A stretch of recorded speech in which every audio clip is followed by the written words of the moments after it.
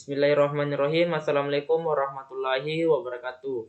Perkenalkan, nama saya Muhammad Azlansyah dengan NPM 204040402054 dari lokal B4 jurusan Ekonomi Pembangunan.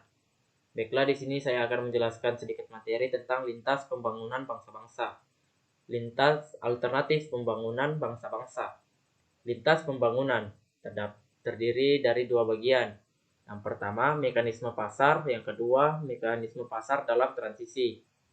Di dalam mekanisme pasar, terdapat lagi dua bagian. Yang pertama, fundamental versus selektif. Yang kedua, orientasi perdagangan. Adapun di mekanisme pasar dalam transisi, terdapat juga dua bagian. Yang pertama, pola pertumbuhan berimbang versus tidak berimbang. Yang kedua, menurut kerangka waktu gradual versus terapi kejut. Di dalam fundamental versus selektif, terdapat model Asia Timur, Korea Selatan, Hong Kong, dan Singapura.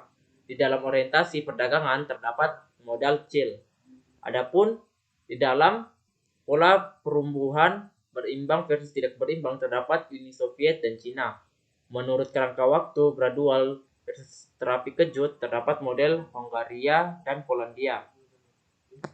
Baiklah, di sini saya akan menjelaskan lagi lintas intervensi pendekatan selektif Korea Selatan.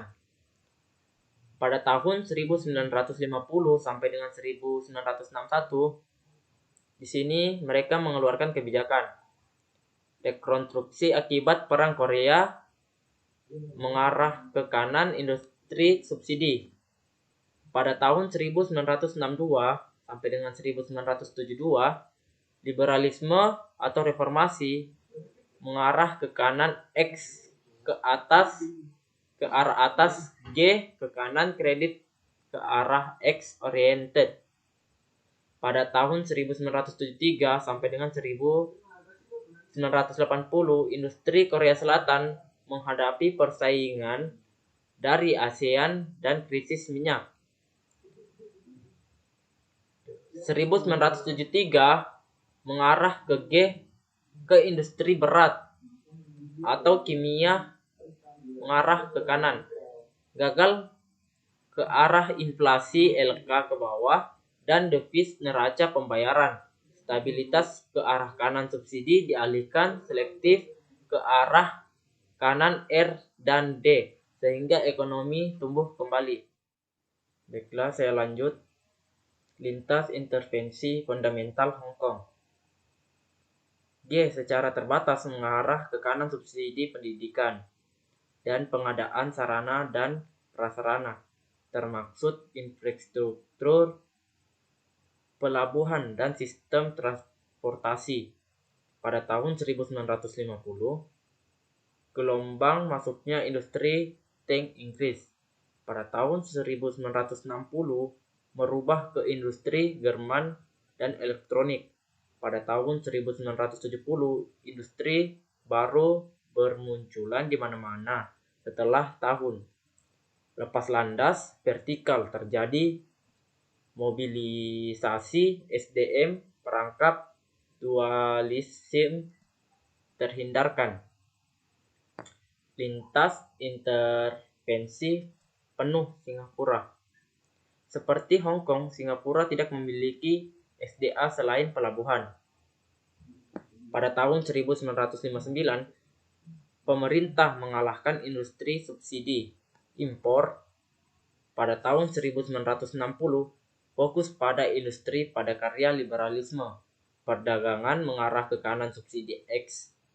Pembangun infrastruktur PMA mengarah ke kanan SD lokal.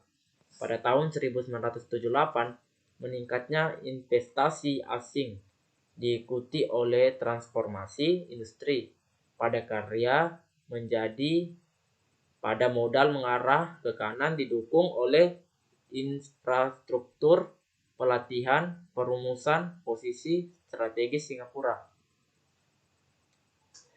Pembangunan pasar bebas atau model CHIL. CHIL mengalami ketidakpuasan pada pendekatan orientasi ke dalam. Pada tahun 1973, di bawah Janet Pinochet mengarah ke kanan kebijakan ekonomi pasar, tarif, dan cukai seragam 10%.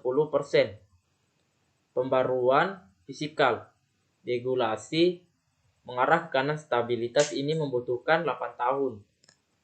Mengarah ke kanan di bawah inflasi 3 digit, mengarah ke kanan 1 digit. Pada tahun 1980, restrukturisasi industri orientasi mengeluarkan mengarah ke kanan X ke arah panah atas 5 kali lipat. Mengarah ke kanan krisis mata uang, mengarah ke kanan akibat fixed exchange rate, mengarah ke kanan impor ke atas, mengarah ke kanan defisit perdagangan, pinjaman pada lembaga QE dunia, mengarah ke kanan lagi perekonomian, mengarah ke bawah 12 kali lipat, mengarah ke kanan kebangkrutan. Itulah materi singkat yang dapat saya sampaikan. Lebih dan kurangnya saya mohon maaf. Billahi taufiq wal hidayah. Wassalamualaikum warahmatullahi wabarakatuh.